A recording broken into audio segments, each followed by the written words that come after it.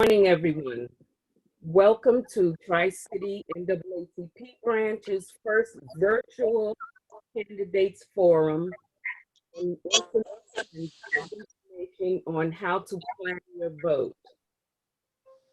We have with us today, I have Gail Formanak from League of Women Voters, who has graciously to serve on this committee.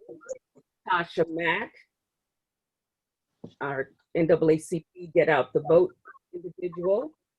Candidates, we have some candidates in the forum, and I'll introduce them a little later. Okay. Take time to start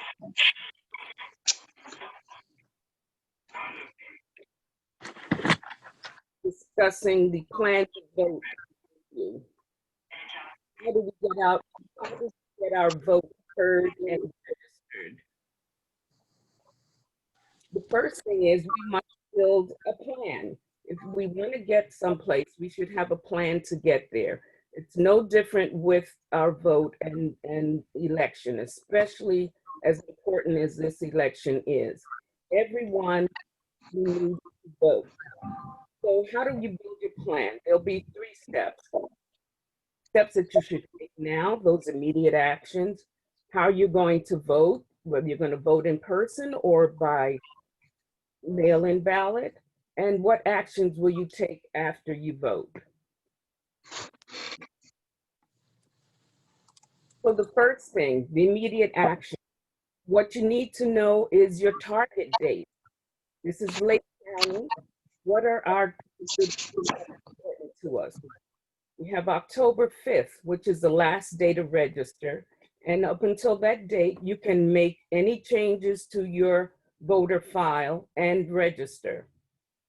October 19th through 29th is early voting. That means that you can visit any of the many early voting sites in Lake County and vote early. You don't have to wait until November 3rd, which is the last day to cast all of our ballots. And if you have not yet requested a mail-in ballot, you have until October 24th. Another step, know what's in your file and make sure it's up to date.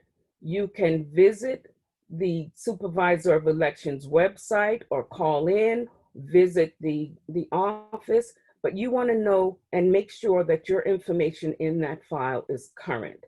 You don't want to wait until after November 3rd and find out that your vote didn't count, or you get to your election polling precinct and have problems.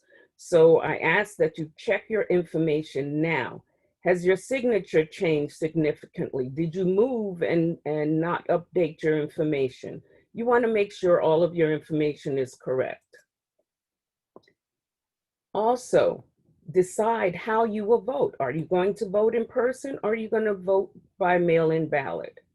If you're going to vote in person, decide when you're going to vote. Are you going to vote early or wait till November 3rd? If you're going to do a mail-in ballot, those ballots have begun to be mailed from the Supervisor of Elections on September 24th, last week. Some people have them already. If you have not yet requested, you still have time to do so. And I have a disclaimer here. The NAACP encourages that you hand deliver and not mail your ballot, if at all possible. Know what is on your ballot. Know who the candidates are for your ballot, and know the amendments that are on your ballot. And I'll go over all of those. Today, hopefully and tomorrow, we'll help you get familiar with the candidates. The second step, you decide to vote in person. If you're going to vote early, you may vote at any early voting site in Lake County. You don't have to try to find the one that's closest to you. You're driving by a site and you know that that's an early voting site, you may go in and vote. That's only during early voting. But then you check with the Supervisor of Elections to find out where those voting sites are. If you're going to vote on November 3rd, know where your assigned voting precinct is. This is not only unprecedented, we are testing this together. If you're going to mail your ballot in, mail it to arrive at the Supervisor of Elections before November 3rd. It must be received by 7 p.m. on November 3rd, regardless of how you deliver that ballot. You can take it to any of the early voting sites and the designated drop-off boxes that the Supervisor of Elections has planted and left around Lake County. Again, if you're going to wait till November 3rd, you must take it directly to the Supervisor of Elections and get it there before 7 p.m. So you voted. Is everything over with? No, it's not. There are some actions that we need to take. We need to periodically check with the Supervisor of Elections and go to the voter information lookup tool and check to make sure that our ballot has been received, especially if we're doing the mail-in ballot. It will be on that website. If there are any problems with our ballot and the Supervisor of Elections sends you a notice saying so, please cure that correction immediately. I guess maybe a signature is missing or it's not the same. Whatever information they send you pertaining to your ballot, please don't ignore it, because we want all of the votes to count. It would be sad if you've gone through the trouble to do what you need to do and your vote does not count. And the last thing that I'm going to go over are the amendments. We have 6 amendments on our ballots this year. These are what the NAACP, the Florida State Conference of the NAACP, recommends as how we vote. For yes, they recommend Amendment 2, raising Florida's minimum wage. Amendment 5, limitation on homestead assessments. And Amendment 6, ad valorem tax discount for spouses of certain veterans and permanent combat-related disabilities. They recommend that we vote yes on those amendments. Likewise, they recommend we vote no on Amendment 1, that the citizenship requirement to vote in the Florida elections. Amendment 3, all voters vote in primary elections for state legislature, governor, and cabinet. And Amendment 4, voter approval of constitutional amendments. At this point, that concludes the plan your vote. If you have questions for me on your plan your vote, you may put them in the Q&A section. And if we don't get to them before this session, this forum is over, I will definitely send you an email, but I will answer your questions. Thank you. At this time, we are ready to receive the candidates. And I want to point out to you, I thank you for your presence. This is not a debate. You can only have a debate if you have both parties present, and we don't have both parties. So what we are doing is having a forum. We're asking the parties questions, the same questions, and allowing them to speak, okay? That will be moderated by Lewis Ward, but everyone will have the same opportunities. Okay, Ward, are you ready to take over? Yes, I am. I was waiting for him to introduce the candidates. Okay, I will do that. And again, for those who have not heard, Gail Frominack from League of Women Voters is assisting, and Tasha Mack will be doing the timekeeping. Lewis Ward will be the moderator. Okay, we've got some feedback, so I don't know what's going on. If you can mute yourself if you're not speaking, that would be the best. Also, hopefully you can see Tanya, Tasha, she has signs that will cue the speakers to their time limits. So make sure you can see Tasha Mack. Okay, she's got some signs. Tasha, can you hold up the signs? There, okay. So, there we go. She'll give you some cues to help you prepare to wrap up at the appropriate amount of time. Thank you, Tasha. Okay. So go ahead and take it away, Louis. So this is today we're having federal and state candidates. With us, we have Dee Melvin, Stephanie Dukes, Dana Cottrell is on, and there's Alan Kahn. Thank you. Okay. Louis, Okay. you're giving feedback. I think you have too many devices. Take them out. Take them out. Just take them out. Okay. Good morning, everyone. Good morning. Good morning.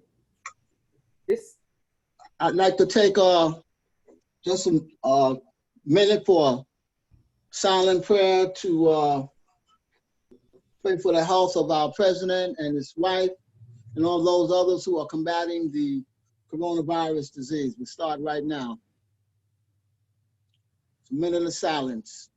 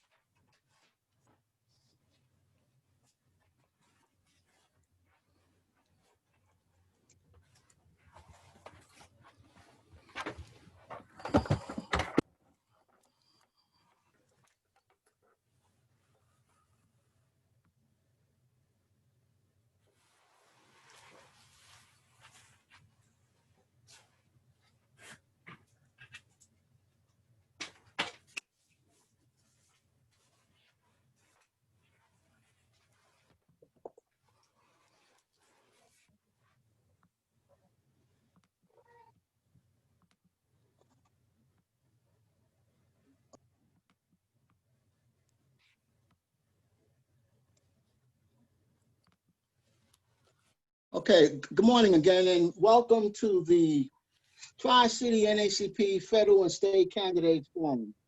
My name is Louis Ward, and I'm a member of Tri-City NAACP.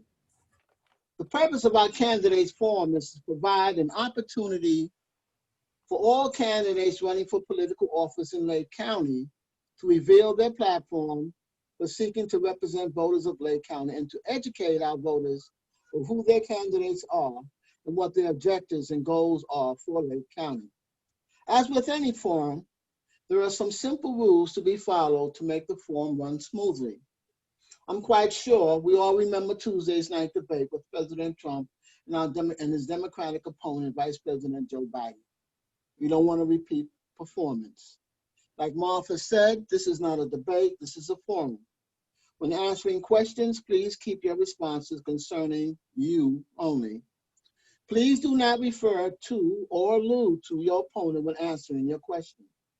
Each candidate will be allowed 3 minutes to introduce himself or herself. And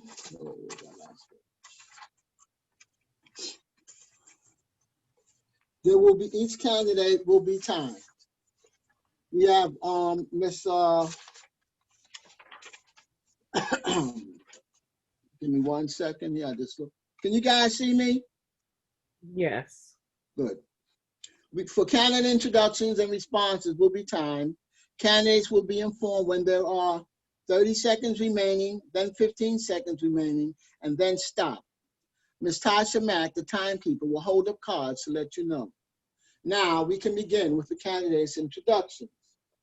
Let's start with Ms. D. Melvin. Good morning, everyone, and thank you so much for offering us this opportunity to speak with you today. My name is Mamie D. Melvin, and I'm running for Florida House District 33. And just to give you an idea, District 33 includes all of Sumter County, a very small portion of Lake, which includes Fruitland Park, Lady Lake, over into Harbor Hills, and around Lake Griffin. It also includes parts of Marion County. You have 2 minutes. I had to actually, people don't understand that nobody knows me as Mamie Melvin. I had to go to the state and ask for a waiver to be allowed to use my nickname as my middle name on the ballot. So always make sure whenever I'm speaking with voters that I let them know that if you're looking for Mamie Melvin, you will never find her. You will find Mamie D. Melvin on the ballot. And I'm hoping that you'll vote for me. I'm retired Air Force. I did 15 years on active duty and 17 years in the reserves. My husband is also retired Air Force, and I met him at my first duty station and pursued him relentlessly, I've been told. And we've been married now for 43 years, and I am so proud of that accomplishment. I do believe it's an accomplishment. And so those are just a few things about me. I know that as we go through the forum, there will be questions that will allow me to speak to my platform and how I feel about the different issues. So I'll save that time for during that time. So thank you so much. Again, thank you for allowing us to be here today. Thank you, Ms. Melvin. Can we now have Ms. Stephanie Dukes? Hi, can you hear me? We're having some technical difficulties on my side. All right. Yes. I'm happy to be here with you this well, we're still in the morning, this morning, and very glad to be able to represent District 32 on the state level.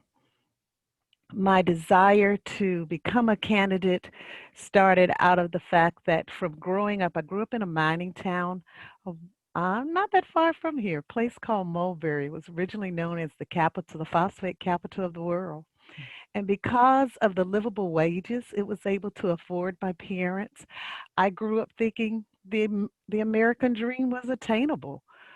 Parents were able to send their children to school, off to college to get a better life. So I went off to the University of South Florida and then to Florida State. Then thought I would never teach, went into business because my family was educators and I saw how much they poured into education with our own I thought we were so poor because we were always giving to everyone else. So I decided I wanted to go into business, and I made volunteering in the educational system my passion.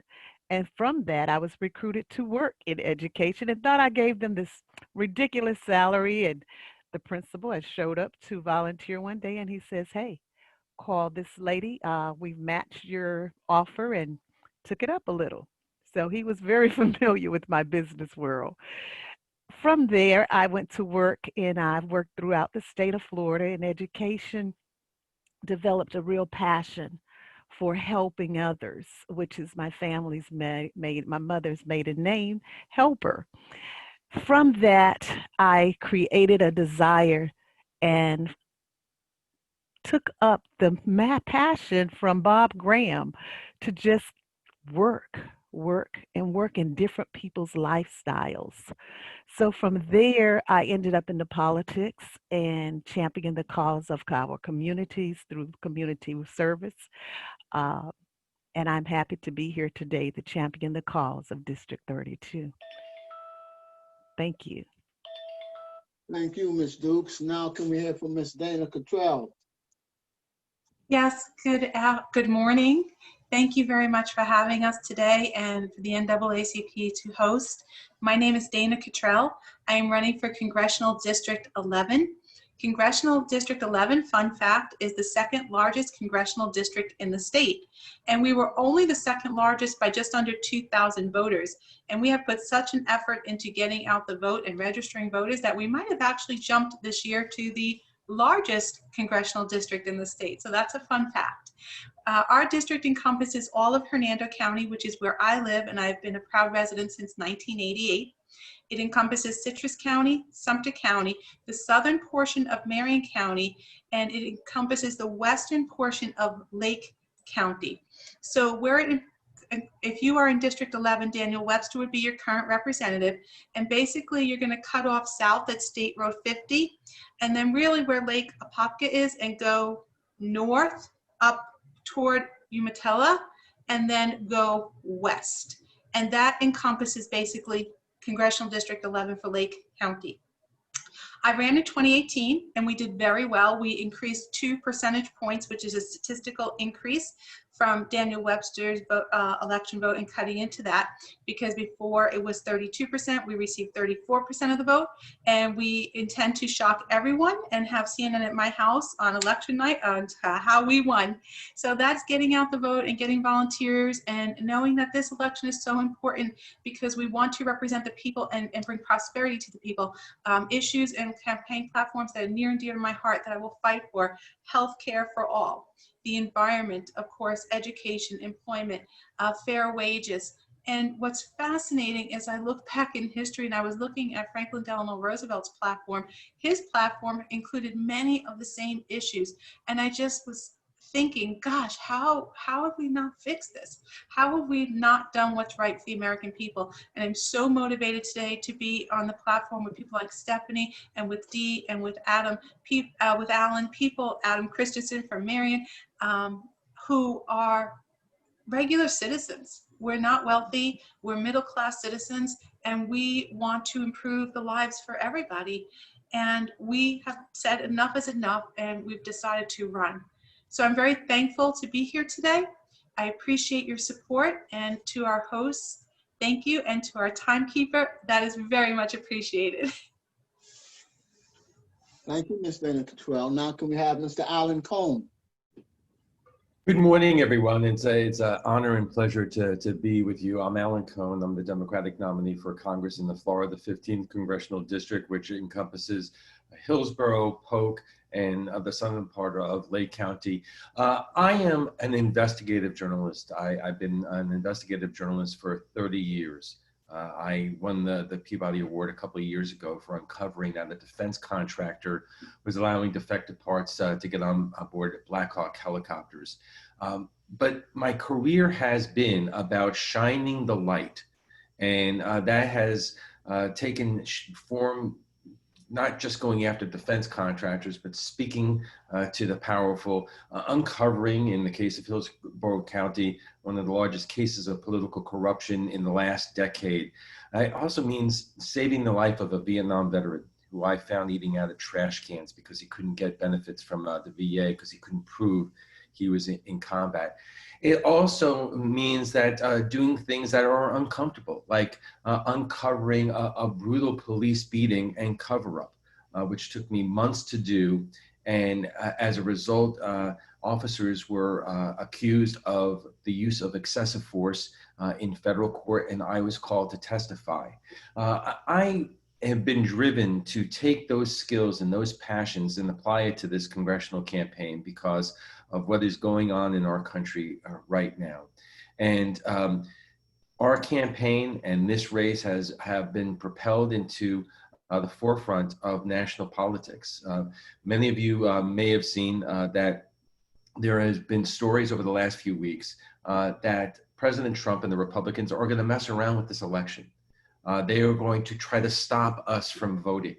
And in that case, as wild as it might have seemed, this election could wind up in the Congress to vote for. And it's not a majority in the Congress that will decide this. It's the majority of state delegations. And so therefore, right now in Florida, there is one more Republican congressman than Democrat. If we win our race, that flips to a majority of Democrats. And that may be the deciding vote in the Congress. Right now, our polling shows that we are up by 6 points in this congressional district. The presidential race is tied. I-4 corridor has always been the bellwether of this state. So it is our jobs to go out and tell people why it is important to vote. Why are the issues important to our lives every single day? And I want to be your advocate, and I want to be your person in Capitol Hill to take our message and to vote for a better, fairer, and more prosperous country for all of us, because it's only the life of this country that is on the line. Thank you, Mr. Khan. I thank each and every one of you guys for your introductions about your lives and what you plan to do. Again, this is not a debate, it's a forum, so we're going to ask each one of your questions from a series of questions or series of topics, and you have 2.5 minutes for a response. Everybody understand? 2.5 minutes for a response from a series of questions. We're going to start first with the state candidates, and then we'll move on to the federal candidates. First question for the state candidates. Ms. Melvin, tell us what you think 3 of the most important issues are facing Lake County and your district. Thank you for that question. For me, public education is such an important issue because I believe that all of our children should be afforded an education that allows them to succeed in life. And I don't believe that we should be taking our public dollars and putting it into private and for-profit charter schools, that we should be building our public education to be a leader in all of education. Also, I believe that a livable wage and affordable housing, and I'm so happy that we're going to get to vote on an increase in the minimum wage. It still won't go exactly where we need it to go, but we have to start somewhere, and this is a start. And also we need to stop taking money from the Affordable Housing Trust and using that money to balance our budget. And then healthcare. In the middle of a pandemic, Florida is part of the suit that is going to go before the Supreme Court next month to try to do away with the Affordable Care Act. I just can't understand how we would be part of that suit, especially in the middle of a pandemic. Also, I don't understand why we have never expanded Medicaid. If we would expand Medicaid, we could insure over 800,000 more Floridians, and I just don't understand. So those are the 3 of my top issues, 3 of the issues that I think are so important to all of Floridians, and not just the ones in my district, but I will definitely advocate, support legislation for those 3 issues if I'm elected. So thank you very much. Okay, so you said your 3 most important issues was public education, minimum wages, affordable housing, and healthcare, Yes. and expanding Medicare. Yes, sir. Okay. Oh, Medicaid, I'm sorry. Medicaid, okay. Yes, sir. Stephanie Dukes, Yes. same question. What do you think are the most important issues affecting the state of Florida? The most important 3 issues is affecting the state of Florida, in particular District 32. I agree with D. We have a lot of the same issues. And one of the things we have to learn to do in the state capitol is to work together to leverage our votes. Of those 3 issues, being that D covers the northern part of Lake County and my district covers the southern part, education, health care, and employment. Now, how does this affect us in the southern part of the county? Education. They're here in Leesburg alone. We have an F school, and we really need to look at that. We need to look at why it is our schools that are performing less than a C are that way. We need to look at and work out with the state that there, if many of us paid attention to last session, there was a bill came up and the private schools were able to not have to meet the same requirements as the public schools on reporting. And that debate was very interesting in the State House and in the Senate. I do believe that everyone should play by the same rules. The rule is to do what is best for the child, and that child happens to be our students. So such rules and laws I would push for to make sure we have the proper resources in all schools to perform at A, B, and no less than a C. In the southern area, we are hit very, very hard by the layoff of Disney, Universal, because we are the bedrock, the bed, what do we call the bed? Well, it means people coming to sleep here. I saw the 30 minutes and got thrown off there, 30 seconds. So we have to pay attention to unemployment and feeding of the people in this community. So therefore, that is where we will be focusing in our attention on the unemployment system, as well as making sure that our community is able to have places to stay, as well as be able to eat. Thank you. Thank you, Ms. And that word is bedroom community. Okay. Thank you. Ms. Dana Cottrell, what do you think are the most important issues on the federal level for the state of Florida? So we combine issues, and thank you to Stephanie and Dee for your responses, because we are going to hear a lot of the same things. On the federal level, we need to, again, look at healthcare. And what I'd like to see passed is a Medicare for all public option. I'm not doing away with and saying, doing away with private industry for a number of reasons. One, not everybody agrees with that, and we want to have the votes, right? So if we open Medicare for all on a public option and we allow for a sliding scale basis on payment options, it'll allow Americans to be covered. It will reduce the cost of healthcare. And as more and more Americans join into that public option, we will see that become the American system, and it will naturally get away from the private industry. I also don't want to decimate the private industry and see more people losing their jobs, especially in the crisis that we are in right now. So Medicare for all is a public option. The second thing we need to do is make sure we keep environmental reform. We know that environment is key to Florida for our tourism. It's our natural beauty that brings people to our state, but we also need to make sure we have conservation of water policy, and that comes from the federal level. We have to make sure we have environmental protections to make sure we protect our environment, our Clean Water and our Clean Air Acts, and reinstitute those acts, because we also know that the environment is a public health issue. So I also believe in environmental justice to make sure that poor communities, which are most affected by environmental harm, are protected, and that we provide cleanup efforts in those areas. The other thing I'd like to see is a reform of public education, and make sure, as Stephanie was noting, any kind of schools where we find sometimes our F schools or our D schools, it's not because of our students, it's because of sometimes the poverty that they come from. So I'd like to see instituted policies of bringing in innovative programming that we know works, such as the Harlem Children's Zone. We should look at model programs, what works in these communities, and bring those in. And the other way the federal government works with this is to increase the minimum wage, and to make sure that we keep affirmative action, and that we have non-discriminatory hiring practices, and make sure that Americans can earn wages that affords them quality of life and affordable housing.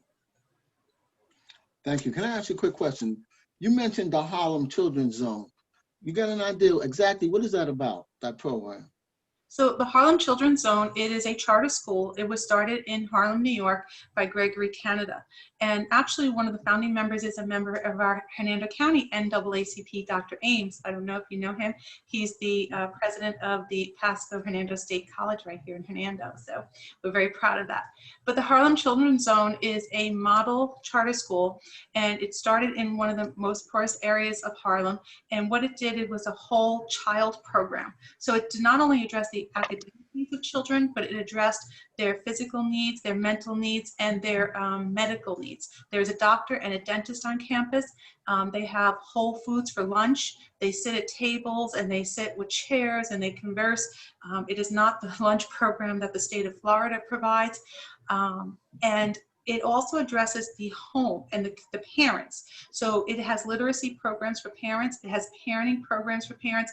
It also has discipline programs for parents. So parents learn different ways to discipline their kids. They learn how to study with their children. And any child who completes the Harlem Children's Zone from K-12 and graduates, they are guaranteed college tuition from the Harlem Children's Zone. So they have free college. Sounds like an excellent program. It addresses whole child. It is imperative that we do this in our most needed areas. Mr. Khan, thank you, Ms. Dana. Mr. Khan, same question. What do you think are the most important issues for on the federal level? Well, number one, income inequality. Even before the pandemic, hardworking families, middle class working families throughout this congressional district, throughout the state and the country have not been making it. Simply have not been making it for decades now, because incomes do not go up as quickly as the cost of living. And the stresses that puts on our families has an incredible impact. It has an incredible impact when we talk about domestic violence and drug and alcohol, and because so many families don't feel that they have an ability to, number one, send their kids to college or make ends meet or save for retirement. So that has been the cornerstone of our campaign. My wife and I are middle class folks ourselves. We have lived the ups and downs of an economy that doesn't work for too many of us. As a part of that, priority number two is healthcare. Our healthcare system is broken. And if you are lucky enough to have a health insurance through your employer or the Affordable Care Act, too often it's too expensive to use, because many of these plans these days have $4,000 to $6,000 deductibles, meaning you have to spend that much money out of pocket before your insurance pays 80% of your claim. And that too often means that we are making decisions about if we get sick to go to the doctor or take our kid to the doctor, because a $400 office bill will take a huge chunk out of a family's monthly budget. And the pressures that causes our community is absolutely incredible. The third priority, and recent events have really shown this, is the fact that we have to reimagine what it means in this day and time in terms of policing. We need our police departments to be more reflective of the communities that they serve. We need to ban no-knock warrants. We need to ban chokeholds. We need to have federal and national standards. That was begun under President Obama and his Justice Department, and that was stopped under this president. And we need to codify this into law. And I want to be a voice and a vote to do just that. Thank you. Okay, what I'm going to do right now, I'm going to go back to the state, and I would like to pick an area, and I would like each one of you to tell me, how would you address that need? Okay, Ms. Melvin, you talked about public education, you talked about minimum wages and affordable housing, and you talked about healthcare. What is your plan for guaranteeing or trying to guarantee affordable housing in your district? Wow, what a question. Thank you. Part of the issue is, I don't know if everyone knows, but in 1991, there was a program established called the Sadowski Trust, and a portion of every home bought and sold goes into that trust. It's not a lot of money, but part of the fees you pay does that. And over the years, the legislations have taken that money, and instead of using it, there are different programs. You can use it to maintain current homes. You can use it to build new homes. But in the past, we've just rated that trust to balance the budget. And that would be, affordable housing is critical. So it's not an easy situation to handle. There's no easy answer. But if we would just quit doing that and use that money for, we're talking millions and millions and millions of dollars that could be put into affordable housing. I know that if we could give people a livable wage, and so that they could even afford an affordable house. It's amazing to me that there are people out there paying, working half of their lives just to pay for rent, let alone try to afford a home. But we just need to do that. We need to stop redlining and all the stuff that goes on to keep people out of the housing system, even affordable housing. I was with a friend, and here's another issue. I was with a friend and we were talking about an affordable housing unit that was going in outside our neighborhood. And her first question was, well, what's that going to do to our neighborhood? And one of the things we have to do is we have to educate people that we all deserve a chance to have a home that we can be proud of. And, the plan would be hard. We have to make laws that make it easier for people to have homes, and also to make it so that we just invest in it. And it's not an option. We just have to do it. So thank you. Thank you. Ms. Stephanie Dukes, Yes, sir. what is your plan, or what kind of ideas do you have? We do have a lot of F schools in the state of Florida, not only in Lake County. So what kind of plan or ideas do you have to bring schools up to level in terms of the curriculum, if it may be in terms of teacher hiring, in terms of parent involvement? What is your plan for that? Thank you very much. I, like Dana, am familiar with the model of the whole child. By that being, as we talk about, that takes a community to raise a child, it also takes a community to educate a child.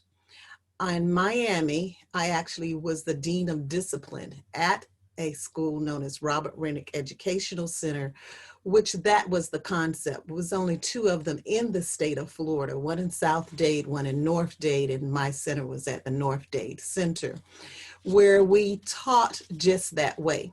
We had social workers, we dealt with the child's needs for nutrition, medication, as well as actual visits to the home.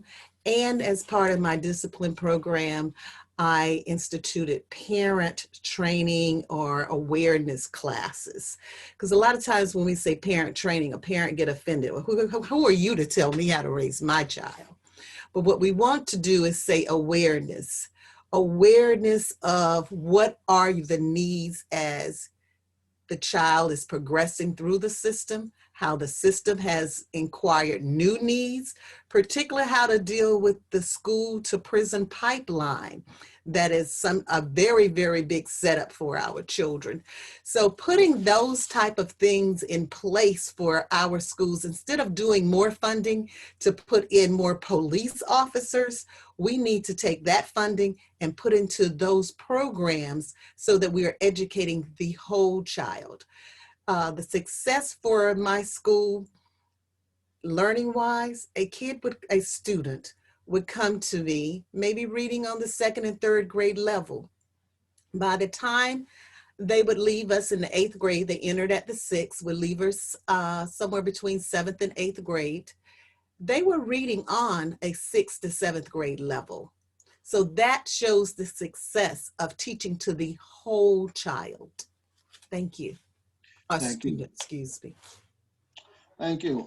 Ms. Dana Cottrell, you were talking about healthcare and Medicare for all, and you said something about a public option. Can you explain that? Yes. So a public option is it's opening up Medicare as a healthcare plan. So if you opened up Medicare as a healthcare plan, we know our insurance would go down. For example, my parents who are on Medicare, they still pay that $135 a month. Well, my Medicare plan with my employee contribution and my husband and I contributing for myself, my husband, and my son with our dental is almost $1,500 a month. So if we could buy into Medicare and then get rid of the Plan B, so there would be no additional, and then have zero deductibles on prescriptions and zero deductibles on office visits, but you open this up to the public option for everybody from the time you're 18 until when, you know, until you're eligible to get on the Medicare system. That would enable people who are healthier, of course, to be into the program too, because everybody wants healthcare. There's nobody I know that doesn't want healthcare. It's just not affordable. But also the cost of Medicare, if you look at it, people say, well, why is Medicare so much cheaper? It's because the overhead for Medicare is 2 cents per dollar. 2 cents per dollar. When we look at some programs like Blue Cross, Blue Shield, Aetna, some of those programs are running up to 65 cents overhead per dollar. So that means only 35 cents of your money is going to your healthcare plan. The other 65 cents is going to the advertising, the payments, because they are for-profit systems.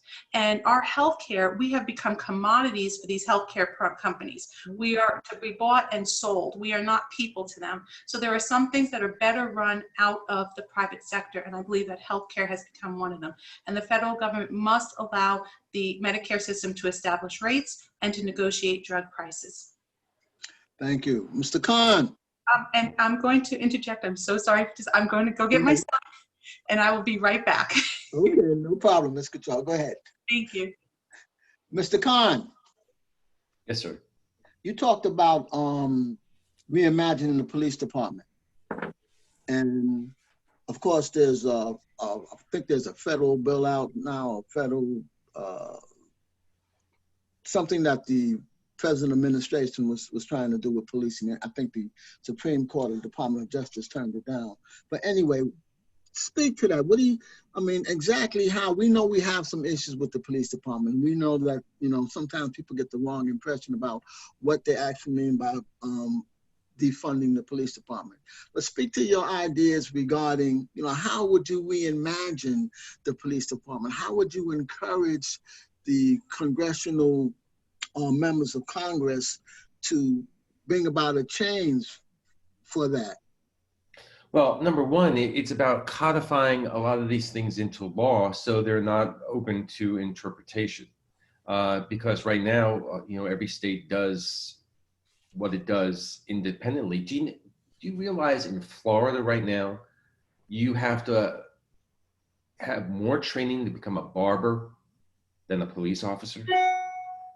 And over time, our police officers have had to do things, you know, a lot more things than that we have put on them than they should be doing. And so, number one, you know, we need to increase the training of our police officers. We need to have a database of police officers who abuse their authority so they don't get jobs and hop from one community to another.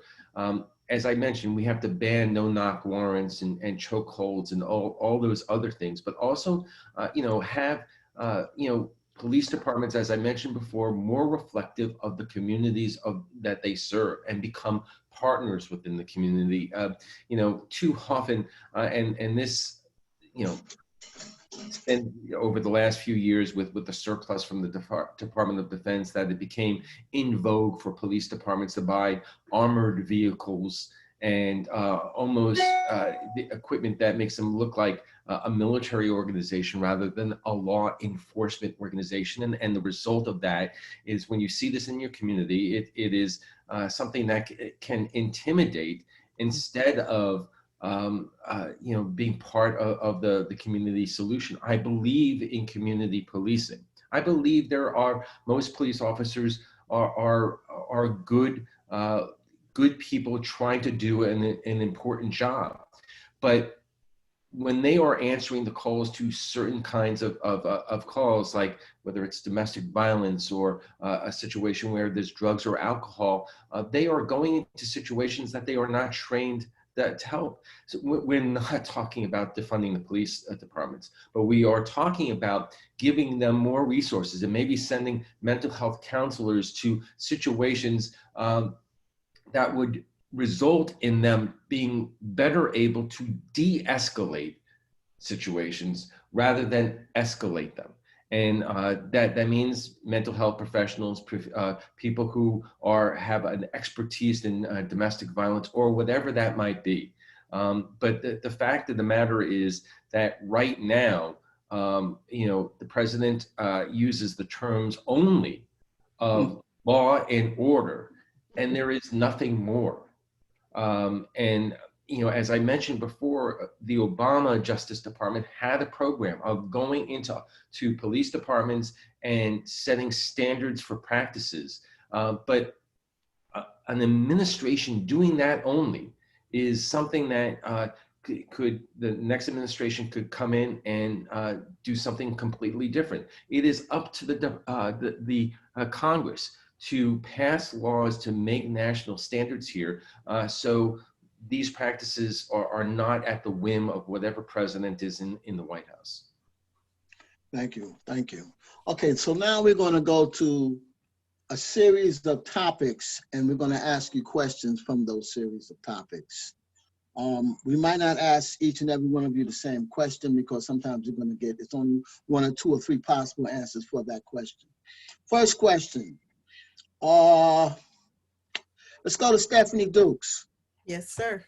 With the COVID-19 coronavirus pandemic infecting Floridians, adults and children, do you agree with how Governor DeSantis is handling the pandemic? Yes or no, and why?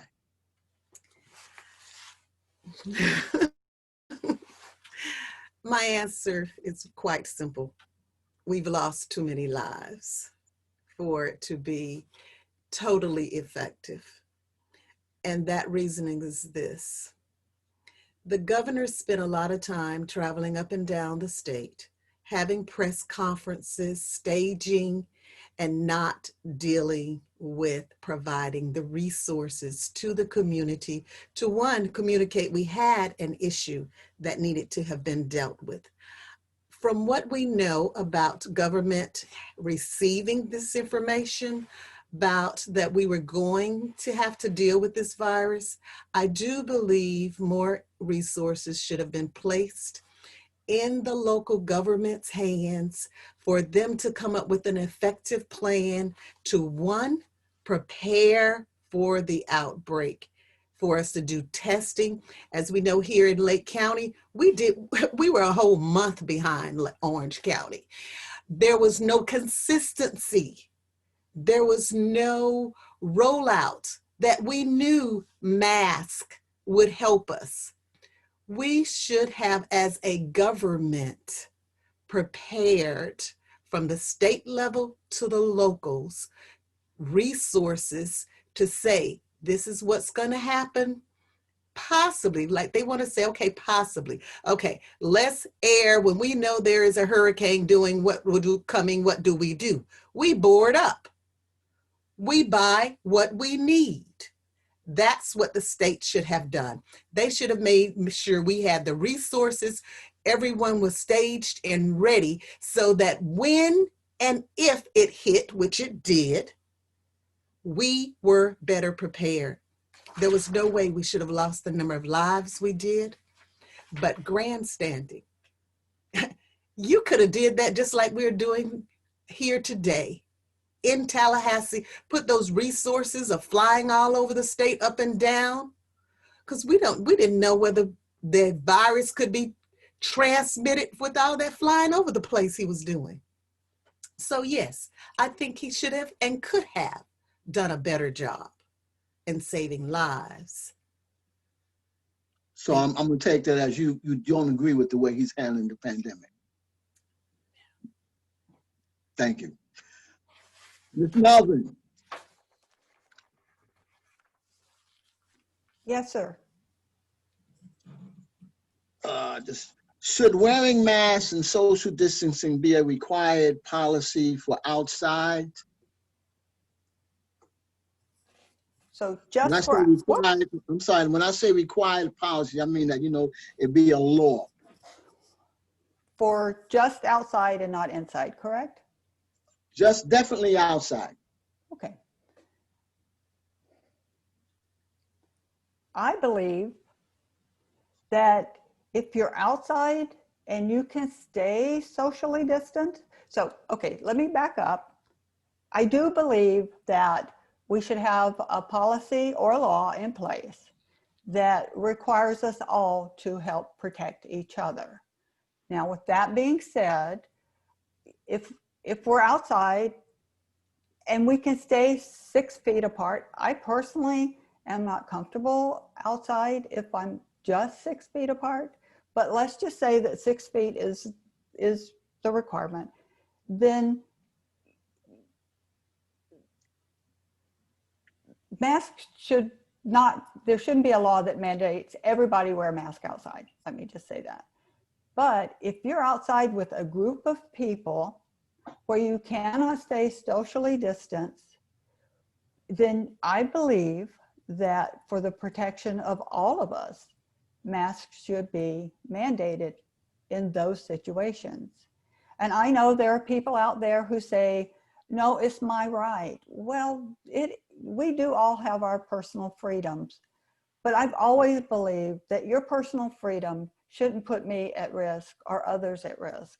And how hard can it be to ask people, because we tried asking and that didn't work. So I do believe it's going to take a public policy and maybe even a law. If Governor DeSantis would just do it, we would be so much better off than we are today. So yes, I do believe that outside, if we cannot stay socially distanced, masks should be mandated. Yes. Thank you. Yes, Mr. sir. Khan, in lieu of President Trump and his wife and a lot of his followers coming down with or testing positive for COVID-19 coronavirus, do you think the Republicans' attitude or people's attitude against following CDC guidelines are going to change, and why? Well, I don't know the answer to that question, but the way I have viewed this from the beginning is, this is a matter of patriotism.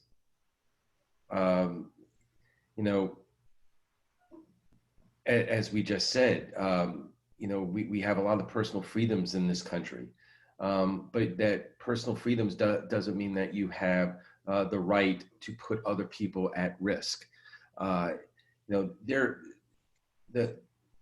government's response to this pandemic is tragic and totally unavoidable. After all, do we forget that the Obama administration left a playbook that said pandemic playbook, and it wasn't read. And that was the beginning of this tragedy, because according to a study by Columbia University, if we shut down the country or just 2 or 3 weeks earlier, we would have saved tens of thousands of lives. Instead, we have a president who perceives everything, whether it is a health crisis or whatever kind of event, as reflective on him instead of how it impacts us. And the whole issue has become politicized. Democrats look at these things differently than Republicans do. And that is really reflective of the politicization of this country over the last 4 years. The interference, whether it's in the CDC or the coronavirus task force, has had an effect of more people getting sick and more people dying. And mixed messages have made it less clear to people in this community and around the country about what we should be doing. The difference here is that we believe in science. And, science is something that, I saw the president the other day claim that Dr. Fauci has changed his mind in terms of wearing masks. Well, the fact of the matter is, earlier on in this pandemic, when we were all wondering what can we do, the science evolved. It evolved when scientists looked at what impact wearing masks would have. And it has been clear that if you wear a mask, you're, expressing, germs is a lot less than without wearing a mask. And so Dr. Fauci and a lot of other scientists then promoted mask wearing, and that has become the standard. We do not have a vaccine as we speak, but we do have those masks. And whether it's Dr. Fauci or other experts, they say that the science is clear that if you take this simple precaution, and if everyone did this and everyone looked at it as their patriotic responsibility, we would be lowering the cases of the spread of COVID. But what are we doing now? What are we doing now in Florida? We are opening bars and restaurants where at this point the numbers are showing that more and more people are getting this dreaded disease. So we have to start using our heads. We have to start believing in science. And if we do these things, we will turn the tide on this coronavirus until the day that we really do have the answer for it, and we all could go back to our lives, which is something that we want to do, both Democrats and Republicans. Thank you. Last question regarding the coronavirus. Do you think now is the time for returning students in schools, public schools, middle schools, to go to school all virtually, where they go online all throughout the week? Or do you think there should be a mixture of virtual training as well as person-to-person training? Or do you think we are ready to go back person-to-person? You can answer that. In-person schooling. Mr. Khan, you can answer that question right now. The answer is no. And for a number of reasons. And I think, we have to remember that our teachers, we have teachers who may have their own, health issues, whether it's diabetes or obesity or other, issues that make them more susceptible to this. And it is unfair to put them into a situation where they could be exposed, because, the science shows that yes, children can communicate the disease despite what this president says. And, no one likes the fact that our children are have to learn at home. And in doing so, there is, it has other impacts. And number one, broadband and wireless is not equal amongst the communities that we have. Those are issues. And also, if your children at home, it makes it more difficult for parents to work. But the fact is that we have not tamped down COVID to the point that it is safe to return to the schools. Look, I have a son who is in college, and he is in his senior year of college, and all his learning is online at this point. This is not the college experience he chose to have, but we recognize it's the experience that he needs to have at this point because of our circumstance. Thank you. Ms. Melvin. Yes, sir. Do you think the recent decision requiring returning citizens, ex-felons, to pay all fines, fees before they can register to vote by the 11th Circuit Court in Atlanta is a poll tax and a form of voter suppression? Why, and what would you do about it? Or what do you think we can do about it? So yes, sir, I do believe that it is definitely a form of suppression. And if you look at the broad topic, I do believe that it can be considered a poll tax. It just really makes me angry, and I don't like to be angry, that over 60% of Floridians, don't laugh at me, sir. I'm not, I just feel with you. Over 60% of Floridians voted this law, and the ink wasn't even dry on the election results before there were people out there trying to figure out ways to keep these folks from voting. And it's just not right. How do we fix it? You know, there's only, okay, so my idea is there's only one way to fix this problem, and that is to change the people in Tallahassee. This was a concerted effort to keep these folks from voting. They've paid their dues to society, they've served their sentence, and they can argue all they want about having to pay the fines. But you know what? They don't really, okay, I don't want to get too hot. They don't really care about the fines and fees, because why else would they, if they cared about that, if that was their goal, why would they fight Mike Bloomberg from bringing millions of dollars into the state to help these people pay their fines so that they could vote? If that was their concern, they wouldn't have done that. And I'm sorry, but that's my opinion. And thank you very much. Thank you. Thank you. Ms. Stephanie Dukes. Yes.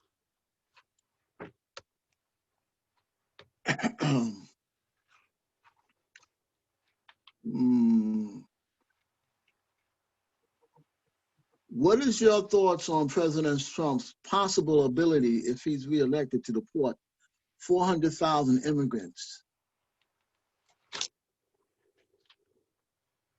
What are my thoughts on President Trump?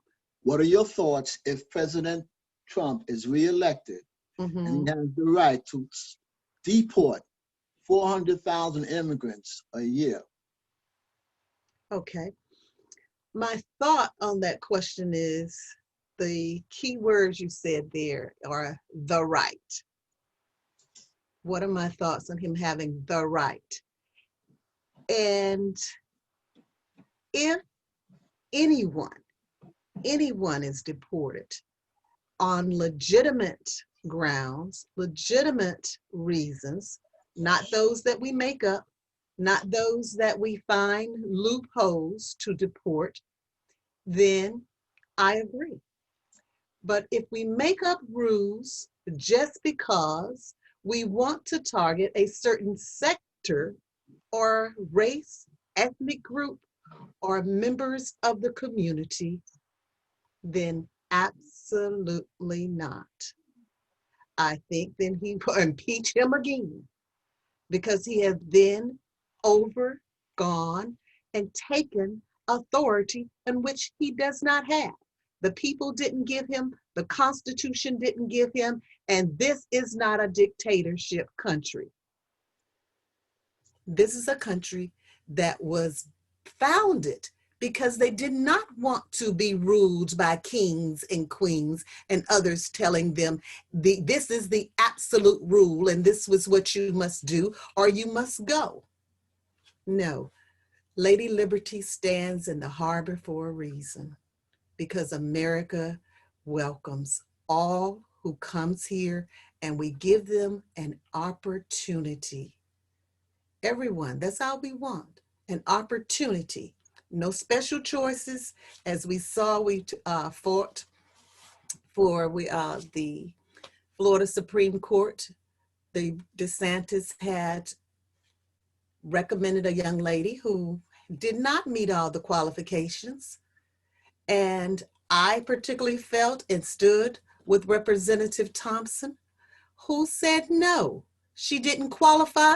We want an opportunity, but don't sit there and try to act like we got to have special passes, like we can't qualify for something. We qualify, we're educated, we're knowledgeable, and we know how to play by the rules. Just don't change the rules in the middle of the game. So therefore, don't change the rules. Thank you. Ms. Dana Cottrell, are you back?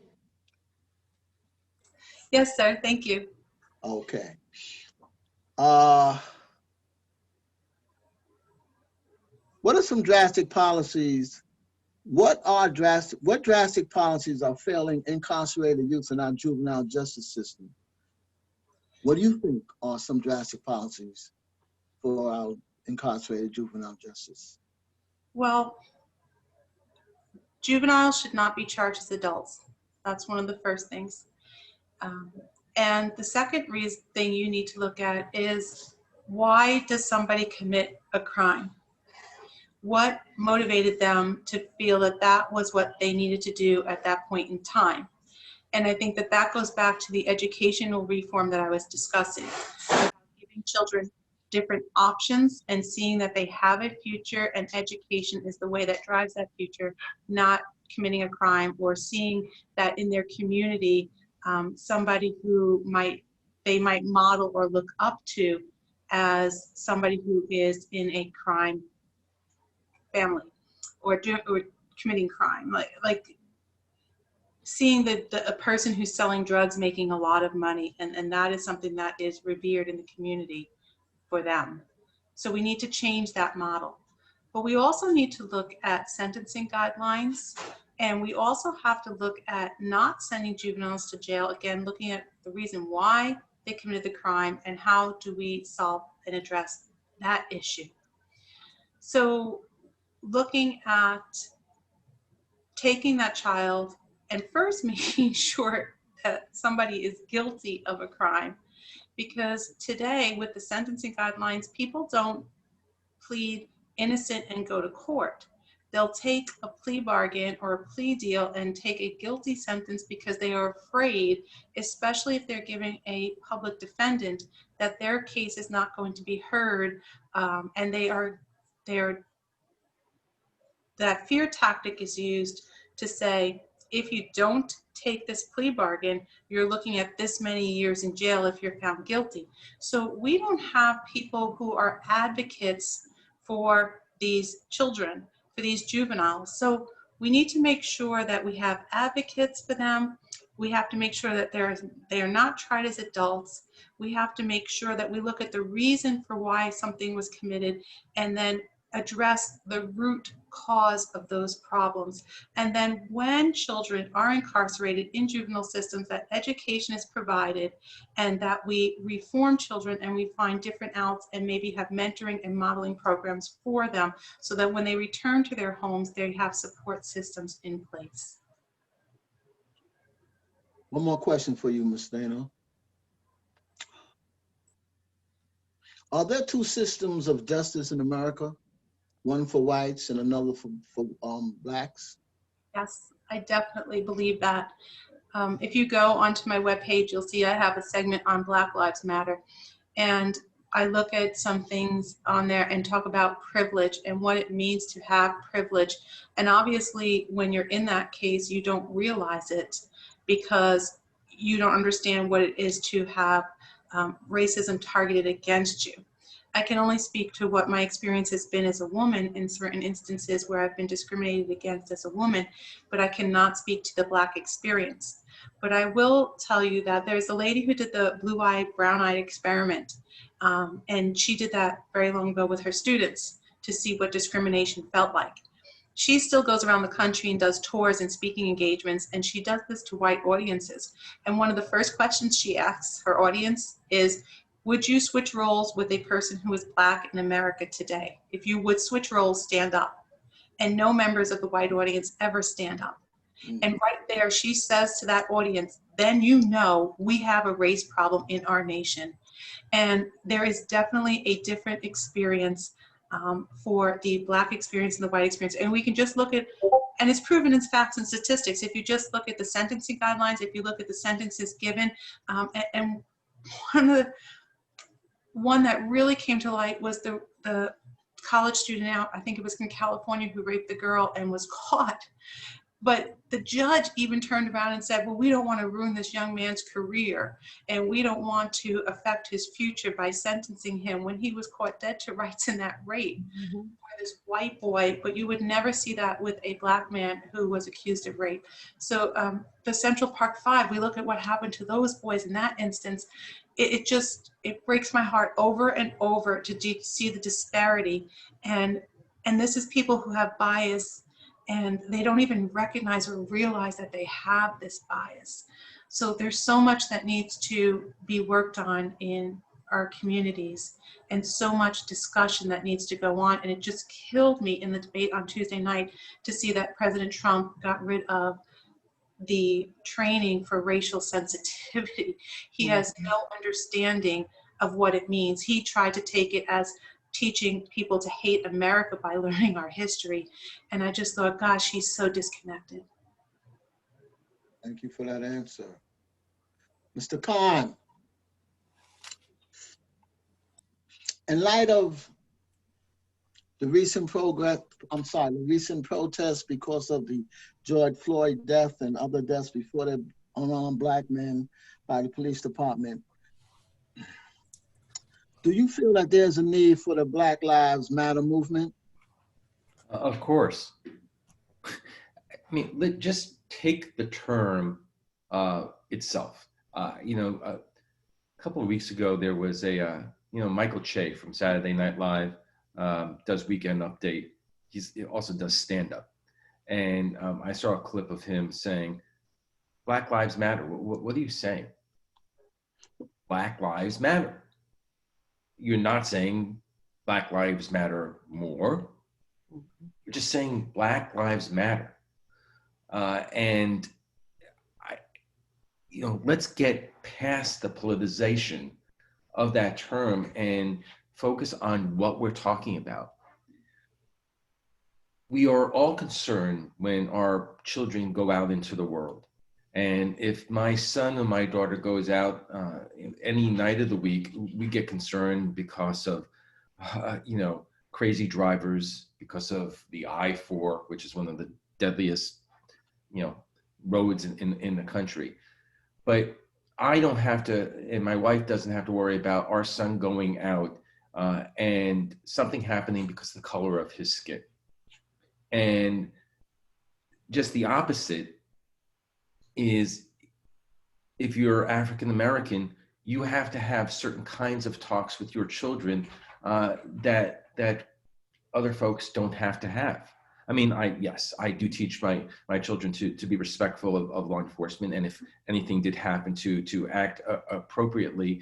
But it is not to the same degree of consciousness that African American or other families of color have to have and have to be concerned about 24 hours a day, 7 days a week.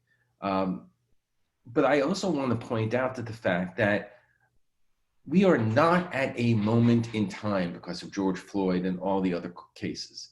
This is something that our society and this country has had to deal with for hundreds of years.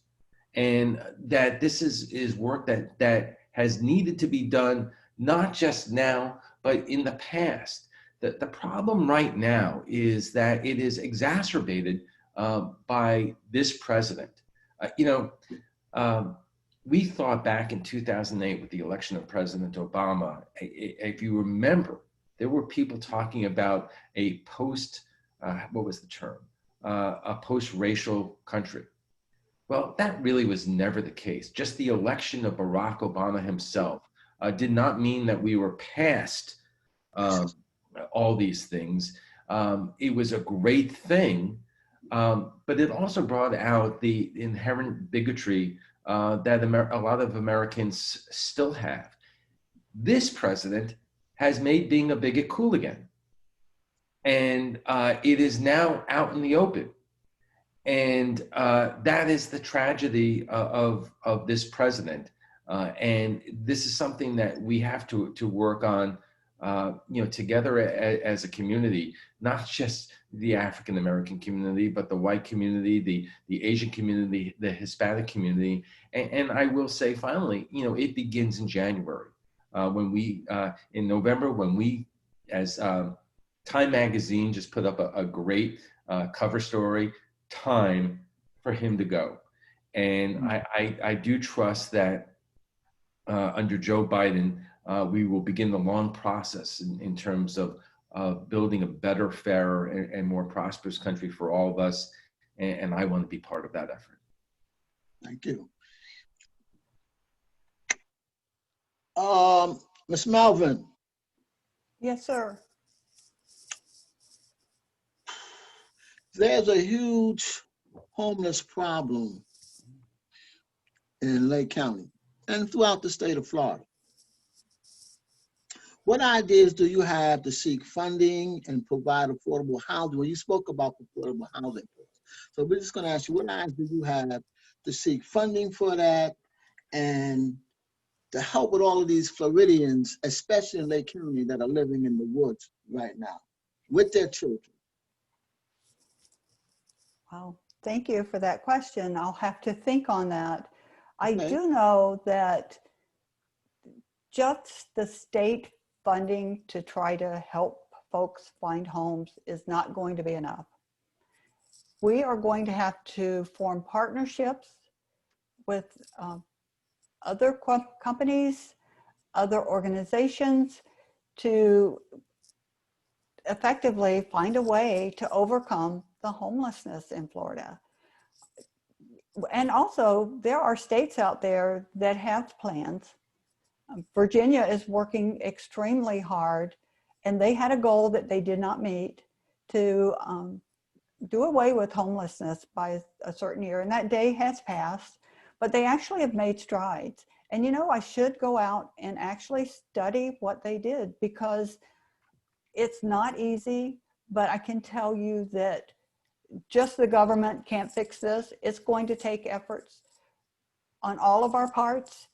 And it also, you know, that thing with livable wage, you know, I've heard people say, I'm just one step away from being homeless.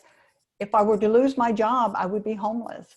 So it's a financial thing for people to earn a living, that they can afford to put a roof over their heads and to feed their children.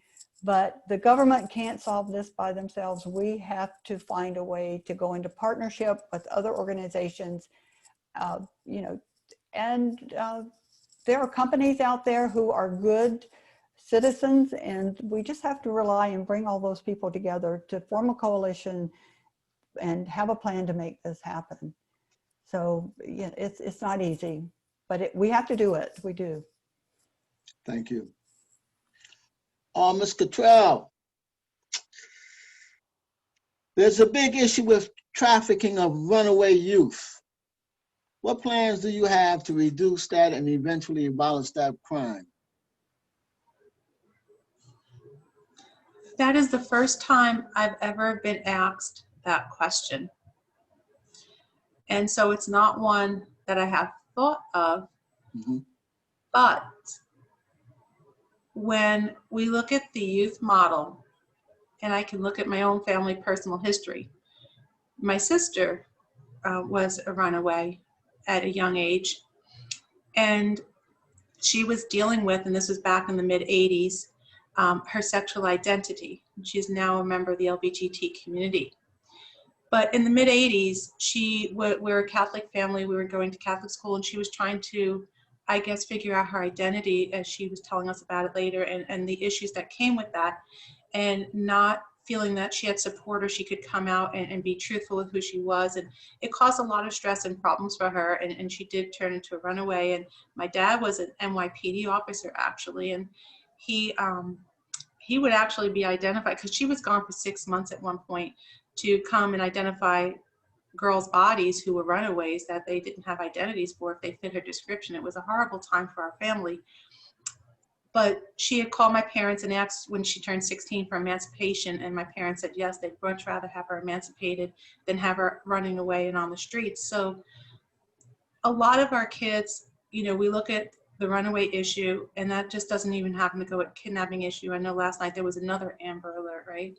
So, you know, how do we support our youth and provide programs, mental health programs for kids who are struggling or issues if they're involved in drugs or their sexual identity? Because I know as a teacher, we see many kids with those issues in the schools that cause problems for them, and to get them through, that they stay home, that they don't want to run away or don't want to get into this cycle.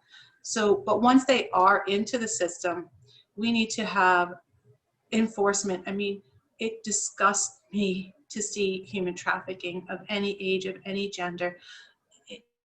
It is something that sickens me to my stomach. So I see severe penalties. jail time for people, anybody involved in these cases, and an active FBI engagement and involvement, being allowed to go across state lines and investigate to protect our children and those people who might fall into these circumstances. And that is also a worldwide effort that we definitely need to address. Ms. Stephanie Dukes, Yeah. what do you believe are the main areas that need reforms in our prison and justice systems? The main areas I feel that that need reform in our prisoners' justice system is the mandatory maximum sentencing.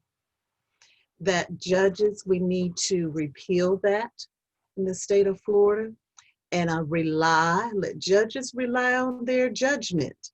That's why they're there. They have listened to all the facts in the cases. They have privilege of more information than the jury does most of the time, because what goes on in judge's chamber. So the judge is able to make an intelligent decision.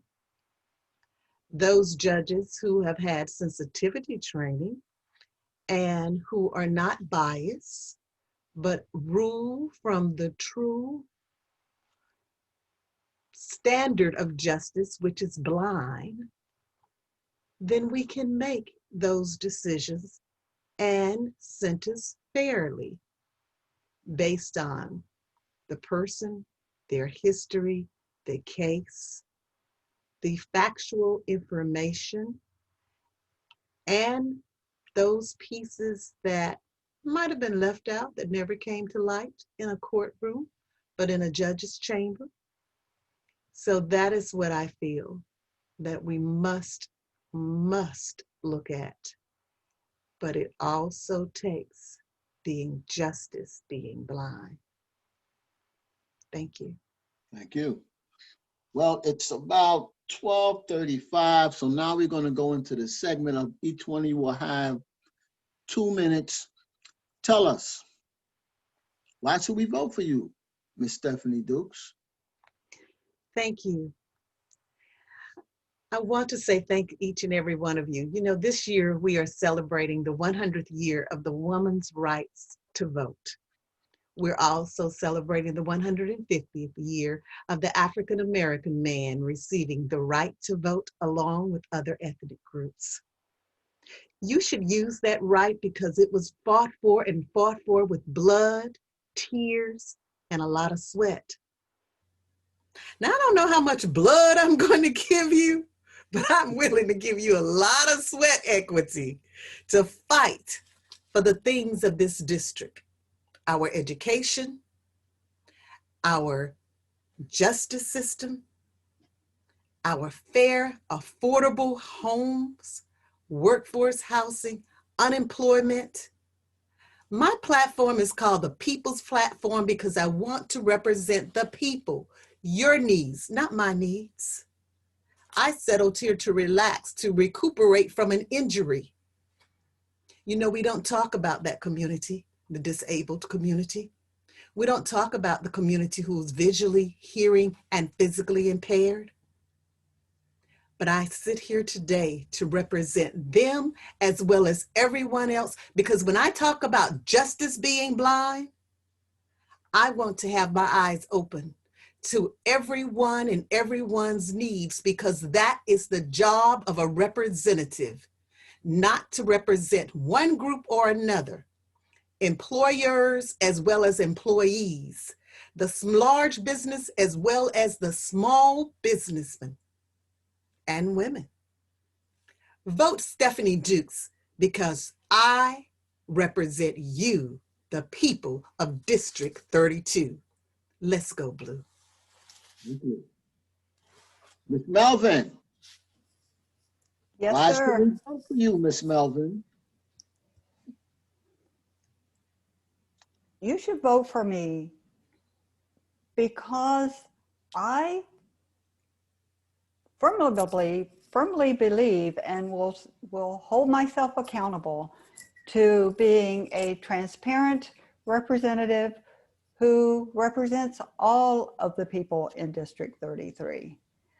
I will not put the interest of special interest or big business before the interest of the voter. We just can't be doing that. We have to put the interest of the voter first. Now, if the interest of the voter actually coincides with the big business, then okay. But we just have to represent all of the voters who are in our districts.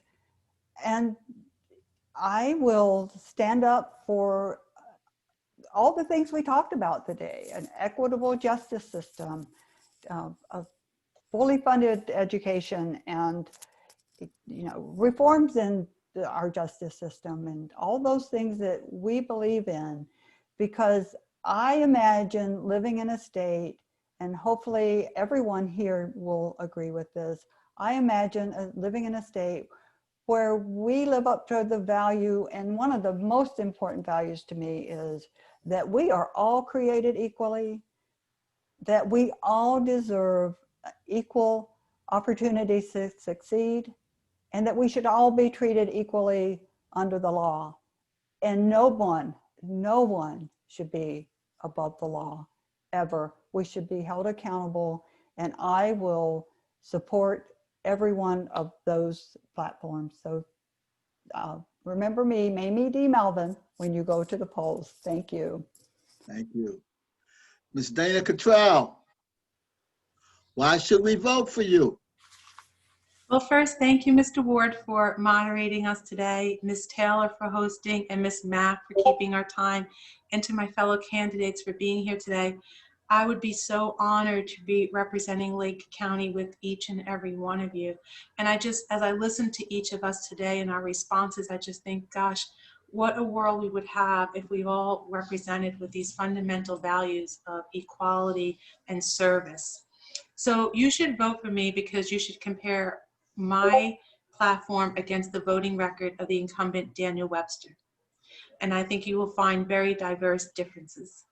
I've spent 28 years as a school teacher. I know what it's like to live paycheck to paycheck.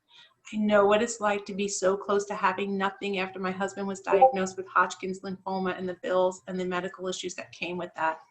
I know the effects of rising medical and prescription costs, and yet I know that my family and I are blessed with all that we have. As a teacher, I've witnessed every single day the plight of children in my classes coming from so much less. I talk to families that are unemployed and now being evicted from their homes, especially with the eviction notices going out across our state with Governor DeSantis not extending that. I want to be a public servant to continue policies that allow Americans to thrive and to make necessary and proper changes so that every American has the opportunity to prosper. I want to make sure the Social Security is sustained and that we help forward Medicare as a public option. I've continually listed the environment, education, employment opportunities as top priority issues. I discuss these in detail on my virtual town halls, and you please go to my Facebook page, Dana Cottrell for Congress, and you can watch the videos there and see more about my candidacy. You can check my webpage at dana2020.com for additional information. And simply put, if you support consumer protection, education, environment, financial sector, regulation, gun safety, humane immigration policy, labor rights, fair wages, Social Security, Medicare, reproductive rights for women, the rights of the LGBT community, and fair taxation, I hope that I have your vote, Dana Marie Cottrell, on November 3rd. Thank you. Thank you, Ms. Dana Cottrell.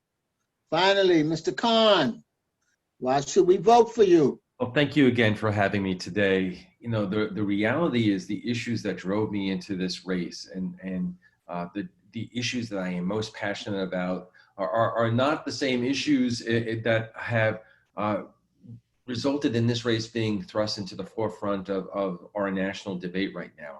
As I said from the outset, I am running to do my part to create a better, fairer, and more prosperous economy and country for all of us. A rising tide lifts all boats. I'm a member of this community. My wife and I have been the fabric of it for years. And I'm a middle-class guy. And as I've said earlier, you know, the middle class and working families in our community have fallen farther behind way before this pandemic, as the costs of living go up faster than our incomes. And we need and we have a broken healthcare system that we have to fix. I believe that women should be able to make their own healthcare decisions. I believe that women should make what men earn, and I believe that all families should be able to earn enough money to make the best decisions for their families. But there is something else that has happened in this congressional race that has thrust it into the national spotlight. And you know, the saying goes that Democrats cannot win the White House without winning Florida, and you cannot win Florida without winning the I-4 corridor.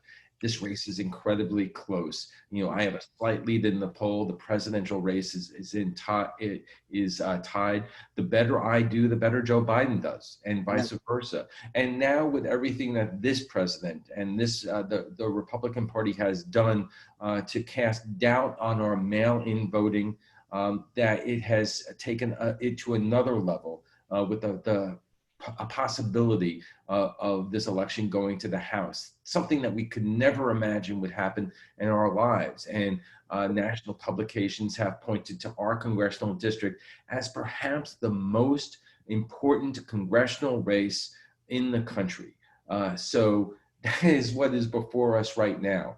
And it's why this election is so imperative to all of us. But at the end of the day, it does go back to what I hope to do in the United States Congress, and that is working on an economy and working on a country that is better and fairer to all of us. And that's why I'm running, and that's why it is imperative that each and every one of us goes out to vote, and it tells our friends and neighbors to go out to vote, because it has never been clearer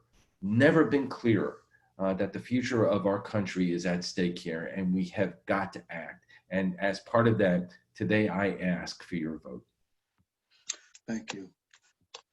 Let me first say I thank each and every one of you, Ms. Mamie D. Melvin, Mr. Frank Kahn, Ms. Stephanie Dukes, and Ms. Dana Cottrell. I thank each and every one of you for your candid and honest responses, for your diplomacy, and you have my best wishes for you in your endeavors to represent the people of Lake County. And thank you so much for participating in this Tri-City NAACP Candidates Forum, and God bless y'all and Godspeed. I'll turn it over to Ms. Martha Taylor now. Thank you, Mr. Ward. Thank you, candidates. Thank you, audience. That was very great. I'm so moved. I apologize. I don't know if you saw, my screen kept blacking out, but Xfinity is playing games over here. And that's why it's better to have a team of people who can come together, as we all need to do. And you kept it going, even when I wasn't here. I thank all of you, Gail Formanak, Lewis Ward, Tasha Mack, and definitely candidates. Good luck to you, Stephanie Dukes, Dana Cottrell, Mamie D. Melvin, and Mr. Alan Kahn. I think you were the first one to reply, Mr. Kahn. I thank all of you for participating. And at this point, I just want to give you some closing remarks. I cannot end without coming back to Tri-City NAACP and our responsibility. We've heard from some candidates. I'm sorry it was not as balanced as we would have liked. We put out the same feelers. All of the emails went out to everyone. Walter Price, the chairperson of the Republican Party, is on the team helping. So, you know, we had everyone. We had made sure we had both parties covered. We just didn't get the response. Hopefully tomorrow we will do better. So join us tomorrow from 3 to 5 as we bring in the county and municipal races. You can go to the link. We sent the flyer out. If you don't have the link, please email me, call me, text me. doesn't matter. I will make sure that you have the link. You can go to our Facebook page. And by the way, please like our page, share it with others, put a link on it so that we can keep up with what's going on, and you can keep up with Tri-City as well. You know, we're working hard. Everyone is out working, aiming with a target of November 3rd. But I want to remind you,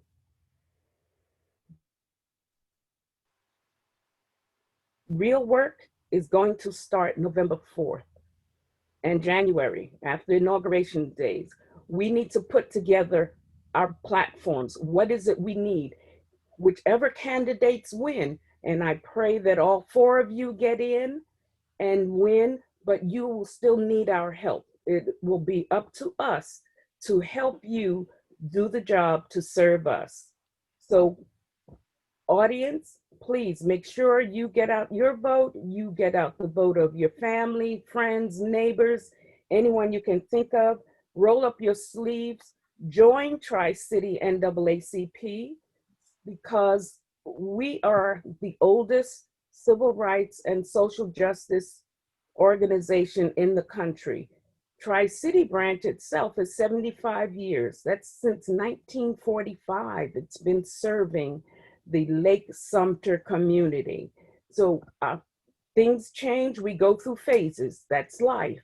But we need to go forward, and we need to have a united front. That doesn't mean that other organizations don't count, but we need to, the NAACP is the oldest and strongest organization that has a complete flat platform and comes up with strategies. So I encourage you, if you're not already a member, to please join.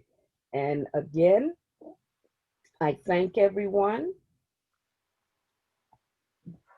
Come up with your election plan to vote, and please vote.